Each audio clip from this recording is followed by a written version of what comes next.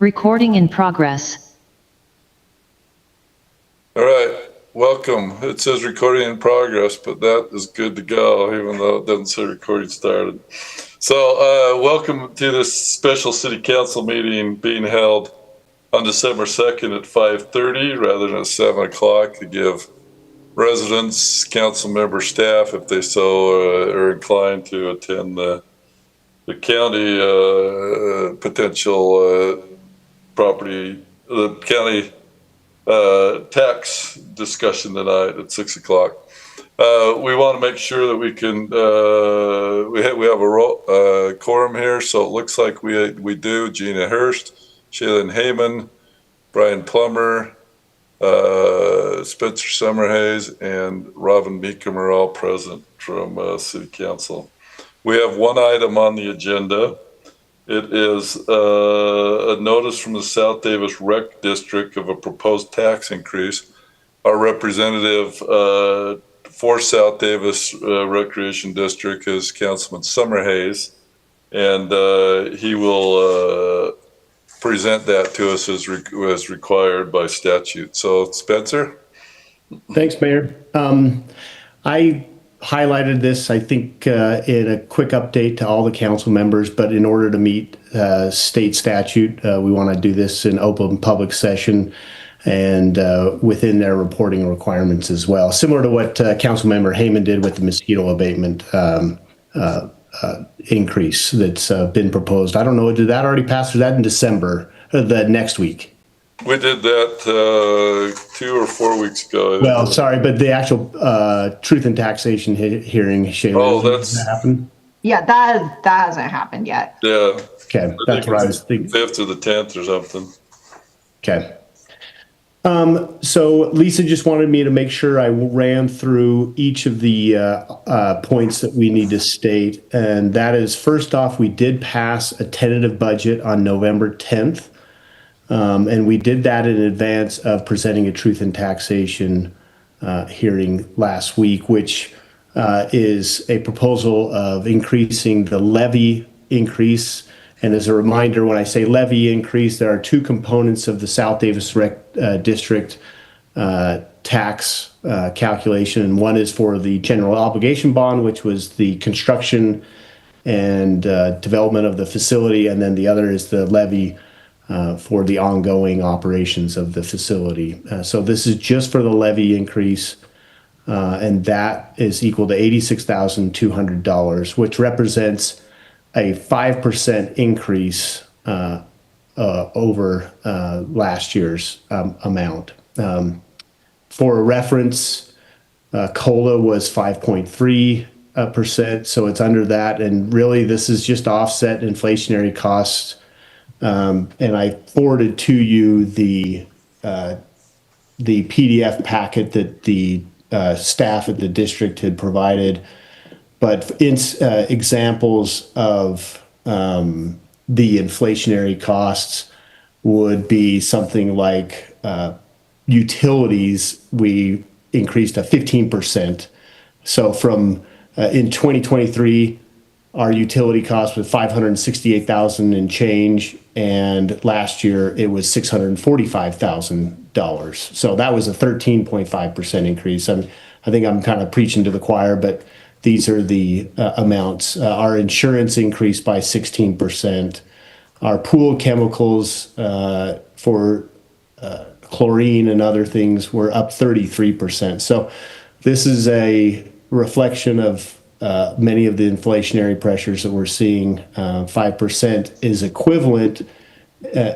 Across the district, our median household value, residence value, is $623,000. So on a average median priced home, that's $2.11 per year, or about 18 cents per month.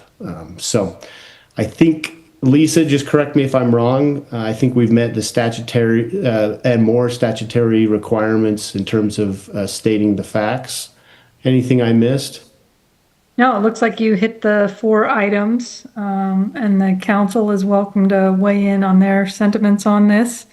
But really, it's just mainly helping get the information out to the public about the rec district's proposed tax increase. Thanks, Lisa. So yeah, I'm happy to answer any questions that the council may have for me, and answer them as best as I can. If not, I suppose we'll just go to the public hearing portion of it, Mayor. We don't have it down as a public hearing. Oh, Are we doing a sorry. public hearing on it? Sorry, maybe it's not a public hearing. Sorry, did I miss Well, that? the statute just says that we have to allow time for comment, but, if anyone wants to comment, they're welcome to. Would like So- to say something, Mayor, whenever you're ready for that. Yeah, go ahead, Councilwoman Hurst. I want to say thank you to Spencer.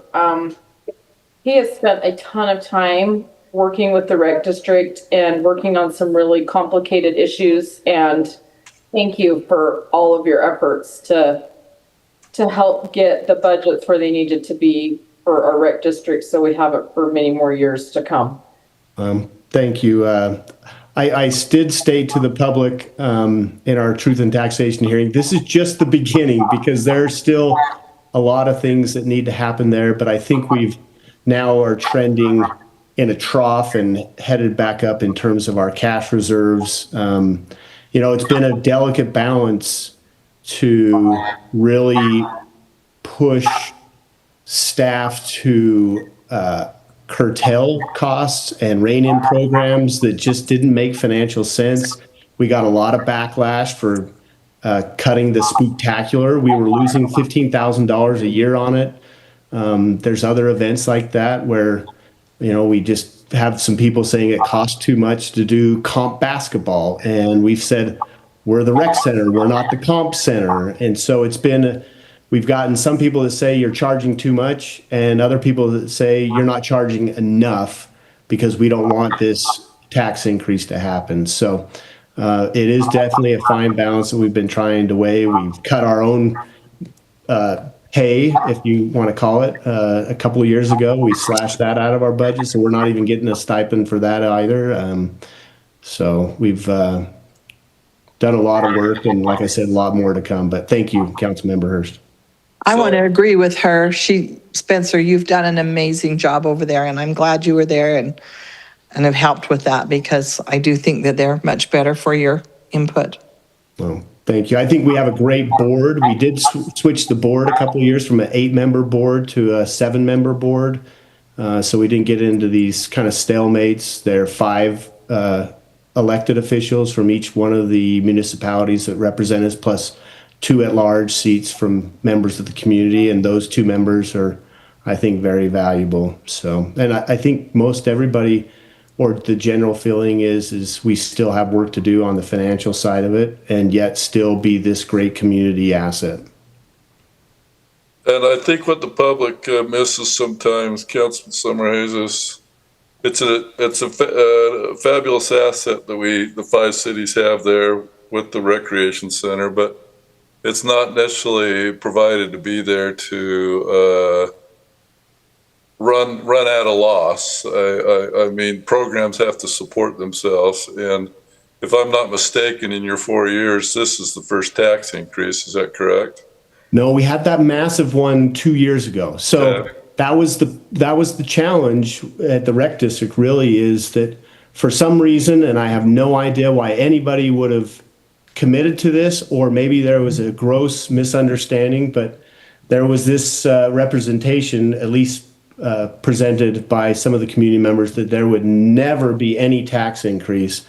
And I just don't know how that can ever happen when you expect to pay a competitive wage, when you have to pay for supplies that continue to go up in costs, and utilities and insurance and all the other costs that go with it. So really, it was an interesting debate. So just for historical institutional knowledge, some members of that board at that time wanted to increase the levy by 150%. And there were those of us, me and Director Bradshaw, who was mayor-elect at Bountiful, and Mayor Westergaard were vehement opposers to that.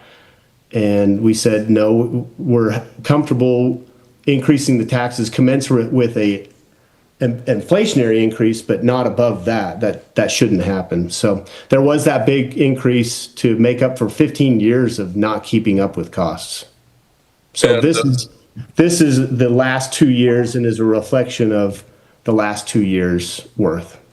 And I remember that now when you say that, because I remember back then when it was on the ballot for the bond for the rec center. I was one that got the impression that there was never going to be any increases, but I said to my wife and many other people, that's impossible to do. So I'd never read that anywhere, but that was being talked about. So Yeah. you had an impossible task, but not only did you had the increase, but I know the type of cuts you had to make as well too. And that's a great example of combining the cuts you had to make with the increase. Things like, for example, the food out front that was operating a loss. It was just ridiculous. Just one example. So thank you. Any other questions for Councilman Summerhays? I know, Councilman, you're almost off this committee, but I just wanted to maybe give you some insight. I was at a facility up in Camas not too long ago, and they have converted to a system called ChloroKing that basically is a self-chlorinator, and they were paying somewhere around $8 a gallon for bulk chlorine, and now they're paying 48 cents a gallon. So Chlorinator? yeah, so I don't know if they're using that currently there or if they're buying bulk chlorine like most places are. There is a little bit of investment to buy the system. It's about $100,000. It might be different for your guys' body of water, but I think it's definitely something you should look into because over time you could pay that off pretty quickly. Yeah. Good. That's a good suggestion. Thanks, Bryce. Thank you. I think looking back, Mayor, Director Bradshaw gave me a very sentimental gift. It was a Stanley bottle, but it had the inscription. It said Spencer's Motion on it. And I did take a lot of flack because I was the one that let out when we had a different board makeup. The board wanted to, buy fields and expand, and my motion was a 5-point motion that essentially said, hey, we got to get our financial house in order before we're even thinking about those things. And there were some people that weren't too happy with me, but it's been a kind of an interesting process for sure. Yeah. Even though with this on the agenda doesn't say public hearing, if there's any members of the public that are in on this meeting, do you have any comments or questions for us? I would allow that. I don't know that there is, but if there is, speak up. I don't see anybody. Do you, Jennifer? Nope, and there's nobody here at City Hall either.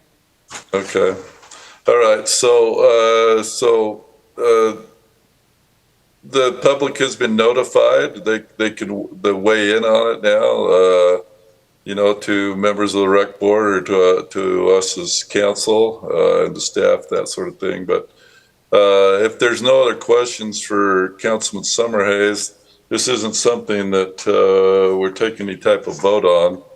We just, by statute, as he has said, had to get it out to the public. So, and for everybody's information, our final budget is being presented on Monday, December 15th.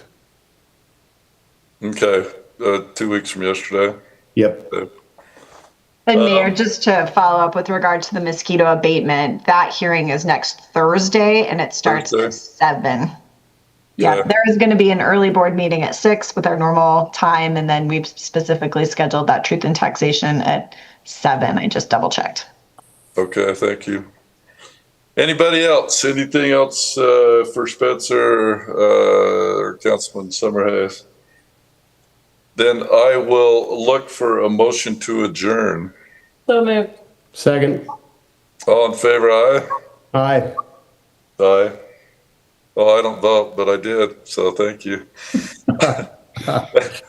Thanks, everybody. Thank you. Meeting's adjourned.